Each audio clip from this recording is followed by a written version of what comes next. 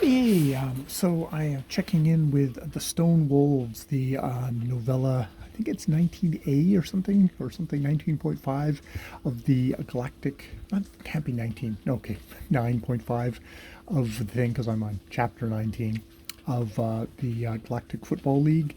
And this is instead of focusing on a football team, is focusing on a crew headed by Quentin Barnes' father, Killian Carbonero, Killian Killer Carbonero, and it's an interesting storytelling thing here because there's some ways like the reveal that we've had about the Abernathy and kind of this invading outside of our our galaxy invasion force that has been coming very slowly, well, but surely, but probably blindingly fast. But you know, the space involved coming.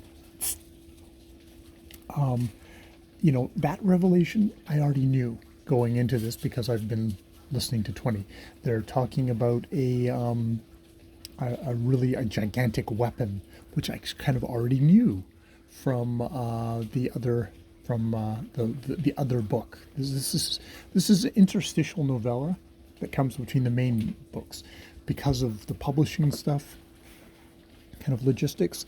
We got the gangster number 10, and then this is I believe 9.5 in between them.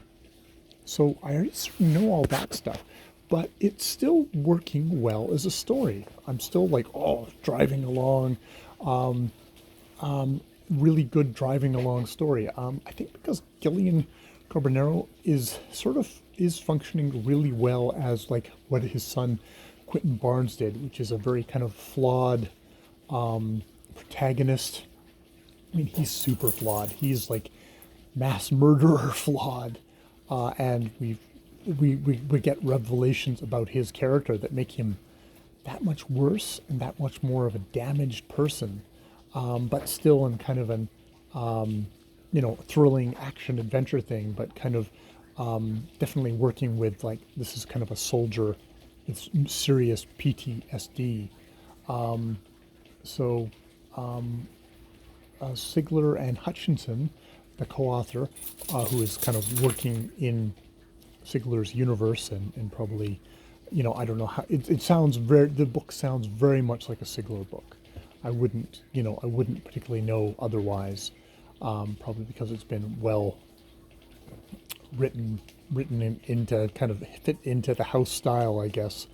And the house style is a fairly kind of a driving, no nonsense language of narrative, storytelling drive.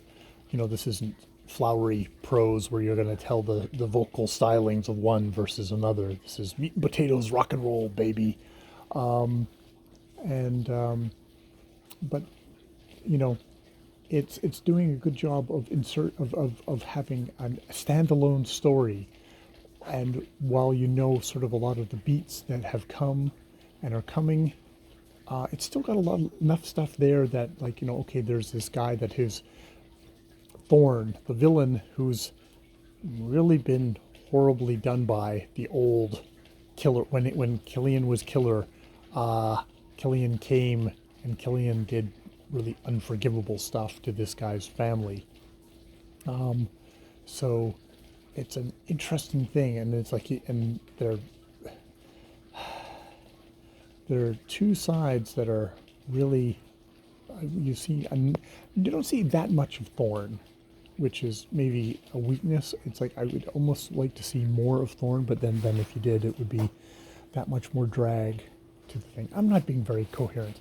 I'm really enjoying myself. It's a very hard driving, enjoyable installment.